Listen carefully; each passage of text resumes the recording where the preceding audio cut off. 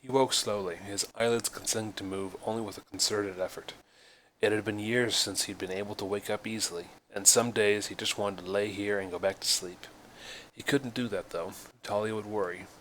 With a heavy sigh, he closed his eyes and sat up in bed, letting his long silvery hair fall over his shoulders. He supposed he'd have to have Leroy cut it again soon before it got too long. Ciare. He stopped for a moment, his dark blue eyes snapping to sudden alertness as he looked around his cabin for the source of the familiar voice. Reaching out with a force, he searched almost hopefully for the voice's owner. He found nothing. Of course he found nothing. She had been dead for over a century. It was just his own age-addled mind playing tricks on him. Sighing heavily, he stood and dressed himself. Leroy had offered repeatedly over the years to help him dress, but he still had some dignity left in him. If he wanted a nursemaid, he'd have signed himself into a home somewhere or gone to the Sharons or any of his children and grandchildren, and Force knew what else his extended family had evolved into. He hadn't left his family behind just so he could go crawling back to them in his final years. They had their own lives to live, free of worrying about their geriatric father. He left his cabin and entered the galley. Immediately Leroy greeted him pleasantly. "Good morning, Master Kahan."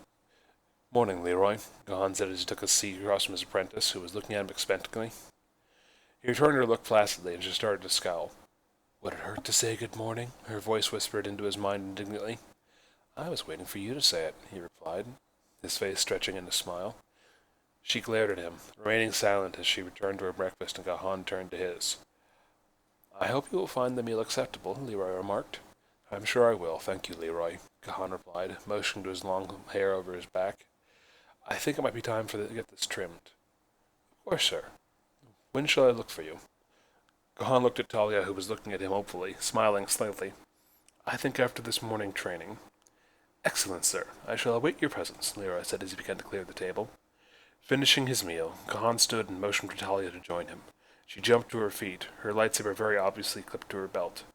"Eager, I see," he remarked as he tapped the comm panel at the galley door. "Drax, please meet us in the cargo hold." Talia's eyes widened slightly. "Drax?"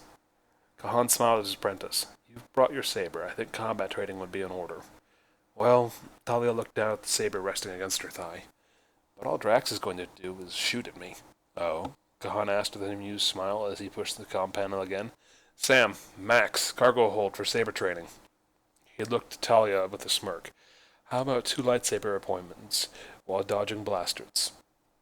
He watched as she took a deep breath and could sense her trepidation, but she didn't back down, nodding in determination. "Bring it on, old man." Kahan chuckled as he left the galley and entered the shop. 3 asteroids were against one of the bulkheads, chattering amongst themselves as 7 pit droids buzzed and hooted around their feet. "I see the rest of the crew is awake," Talia remarked glibly. Kahan smiled. "Be nice. You're about to fight 3 of them." Talia snorted. "Astro could kick their butts. Your astromech couldn't beat Ziggy, and he's centuries older." "Sure," Talia replied with a glower as she pulled her saber off her belt. "I'd love to see you fight what I'm about to." Kahan laughed, shaking his head. "At my age, you're lucky if you see me at all." He hadn't meant to worry her, but he immediately sensed her concern and turned to look at her. "I didn't mean it like that." Talia looked away, her expression stubborn. "I don't know what you're talking about." Sighing, Kahan turned to the door and passed into the cargo hold. He could understand Talia's concern. She didn't know how old he was. He'd never mentioned that he was over 3 centuries old. She thought he was just an old Jedi, a very old Jedi. He'd told her almost nothing about his past, his family, or anything else.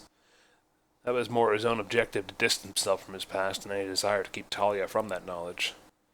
"Ciare." He froze for a moment, looking out into the cargo hold as the familiar voice echoed in his mind again.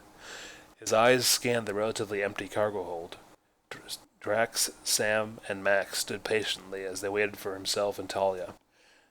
The binary load lifter he owned rested in the standby at the center of the cargo hold, and beyond that the foursome of vulture droids kept to defend the ship from bigger threats. There were no other beings in the cargo hold, and he was equally sure that it was just himself and Talia aboard the Prodigal Star. "Master?" "Sorry," he said as he shook his head. "Just thought I heard something." He walked into the cargo hold and turned to Talia. "Whenever you're ready." Talia looked at the droideka and B-2 battle droids, holding her lightsaber up and igniting his green blade. "Ready." Sam and Max both ignited their own lightsabers. Kahan had modified the 2 ancient battle droids with sabers long ago. Lifetimes ago, even. He used the trim to train his children and other members of the family, and defend the same. Now they were Talia's principal sparring partners. Drax stood and walked back from the swinging sabers, its arm cannons training on Talia and then spitting angry red bolts. Kahan watched the young woman dance between the bolts and swinging lightsaber blades, deflecting and blocking as required. She was a far better saber fighter than he'd ever been. He'd be lying if he said otherwise, and in fact he'd say that she was as good as his wife had been or his daughter Jeriel. Ciare. For a moment, Kahan thought he felt something, or someone, pulling on him.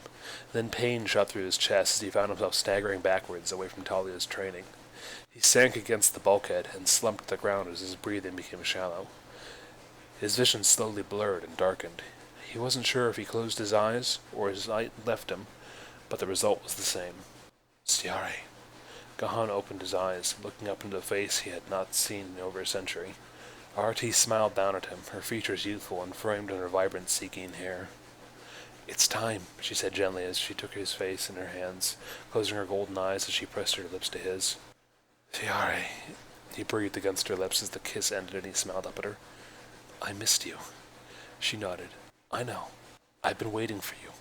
I've been waiting to hear about your adventures. Kahan felt RT's strength flooding into him as she lifted him from the bulkhead. He was vaguely aware that Talia was calling his name, but as he looked back towards the sound of her voice, RT turned his face back to her own. She'll be fine, RT assured him. You taught her well. Kahan nodded, clasping RT's hand tightly as she guided him away from his physical form. Are you that eager for me to come with you?